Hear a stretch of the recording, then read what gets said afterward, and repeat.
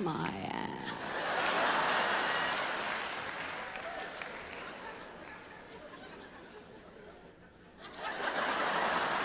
And that's my ass that way. I'm gonna walk away, and that's my ass.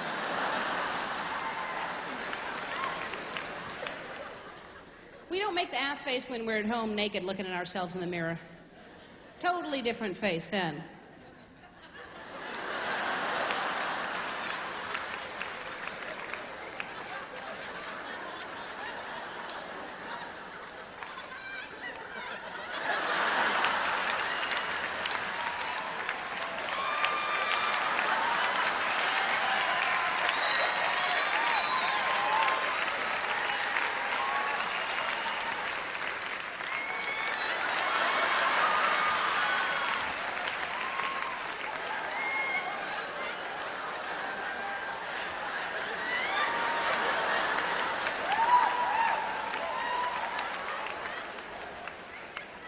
Mighty fine seats you got there.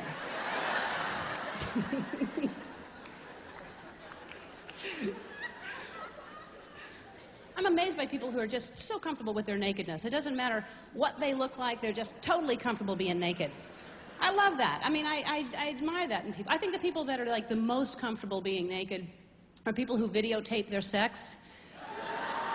You gotta be so confident about your body videotaping your sex, just because no matter how much your partner loves you and in the heat of everything, stuff is moving so fast and going on, you know.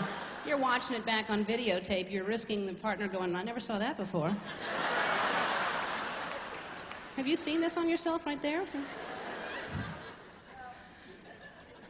I don't know. I just feel like the people that videotape their sex, there's only one of two reasons that you're doing it, because either you're both so egotistical that you're looking at it together going, look at us. We are hot. Look at us, look at us, look at us, look at us, look. Look at me, look at me, look at me, look at me. Look at you. Look at me again. Look, look, look, look. Look at me looking at you. Or you're looking at it together like football players to try to improve for the next time to get better, you know? All right, let's take a look right here, shall we? Okay, here's what I'm talking about. You see how your elbow is up so high and your back is arched right there? Not the best time to do it. I think I'd hold out on that until there. That's when you should do it right there. Okay. And what's going on right here? What's happening right there? Huh? I'll tell you. Nothing. Okay. Nope.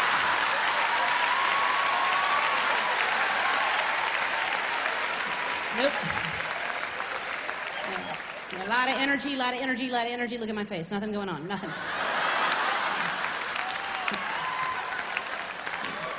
You might want to check in once in a while. You know what I'm saying? All right.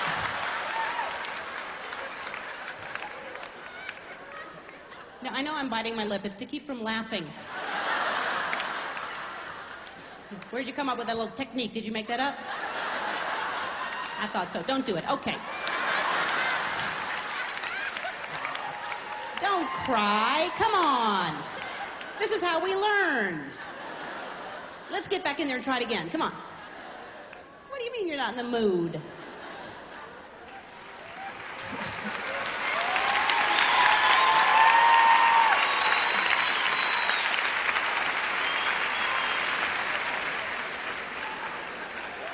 I don't understand a lot of the stuff that people are into, but I do believe that everyone has the right to do whatever they want to do with their bodies. If it makes you feel good, do it. It is your life.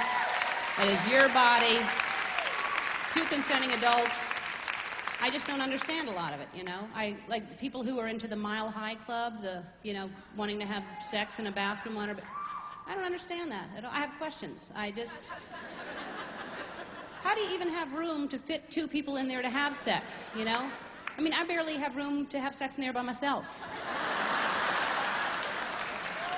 So, yeah. I have to leave the door open a smidge because my leg has to be like that. That's how I like it.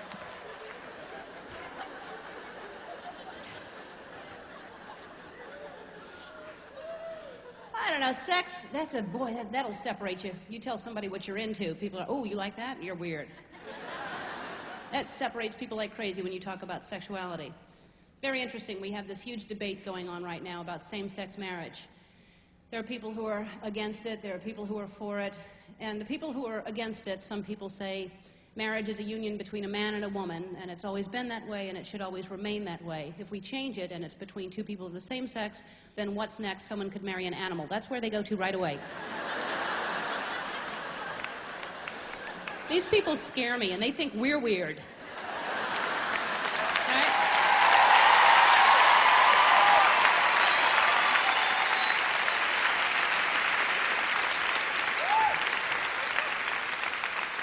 I don't want to marry a goat. I really don't. I can't imagine marrying a goat. I can't even imagine dating a goat. Getting to the point that you're that serious to make that kind of commitment. That clear you'd live together for a little while to figure it out and see if you're compatible, but I'm just picturing the apartment with you and the goat. Just photographs all over the place. You and the goat on the beach running, holding hands.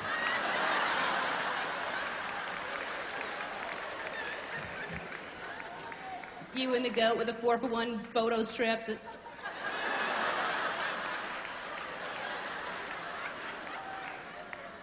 Sunday morning, you're trying to read the paper, it's trying to eat it.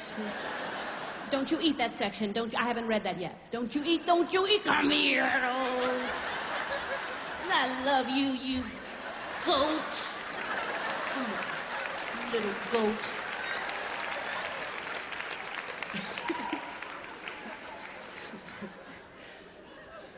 I would think that would be a tough day, even for the most liberal parents, the day you bring the goat home. Yes. Mom, Dad, this is Billy.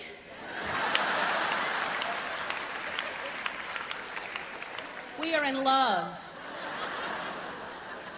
I don't know, if you don't like something, say you don't like it. Say you disapprove of it. Say it's your opinion that you don't like it or it's wrong. Everyone's got a right to their opinion. I fully believe that. But when people bring God into it and say, God says this, God wants this, God believes that, I don't know how you do that. I don't know how you speak for someone else, because until you're sitting with someone and hear it for yourself with your own ears out of someone else's mouth, it's hard to speak for someone else. That's what I believe.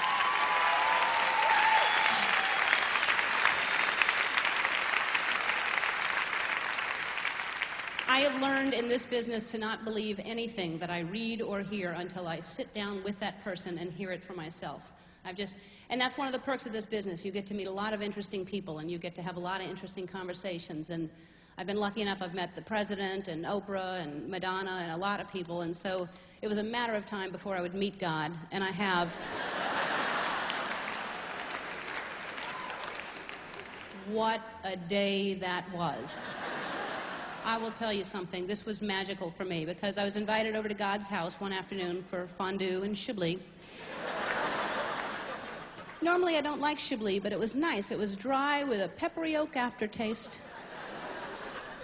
I'm getting ahead of myself. Anyway, so I get up to God's house. As I'm pulling up, Jennifer Love Hewitt was just leaving. She's sweet.